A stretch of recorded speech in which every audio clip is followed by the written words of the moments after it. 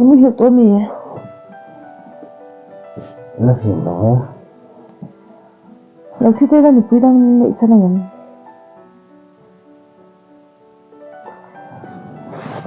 Nó chết ta nó chịu.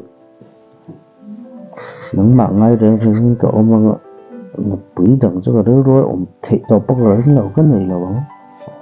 À. Nang ma ko ta ka I ka do na si la ba. No quý đang cái này nghe chứ cái độ. Cái này lại nghe em tự nhiên cảm thấy.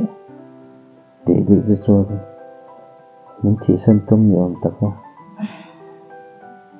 À, nè, cái mà có hơi đưa có mình hiểu vạc thế để cho nên một cái đồng tới căn lâu này để ngon như lắm. Thế trong thế là sự tự đây à. Anh này hãy nói những chuyện kia mình. Hãy là chuyện đang ốm xí là qua để lâu đang hẳn xem thôi đấy, hẳn đi lệ thôi đấy. Hãy là thấu cho nên gần là chuyện đồ nào xua. Nó quý đang cái này cho anh cắn khổ mai những đâu một quyền này.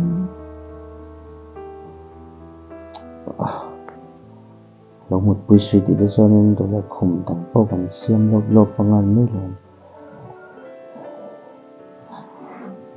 Anh này cho anh cắt lỡ cắt chi lệ cắt bên để em hầu thì lên được tiền rồi.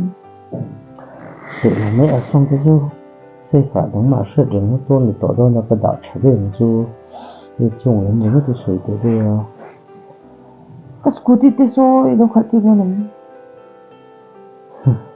Để đồng đấy scooty thì cái mà chơi cái nó khát chắc là Cái anh chơi là phải khóc. Sang mấy đứa thế số nó muốn tiền rồi này nè.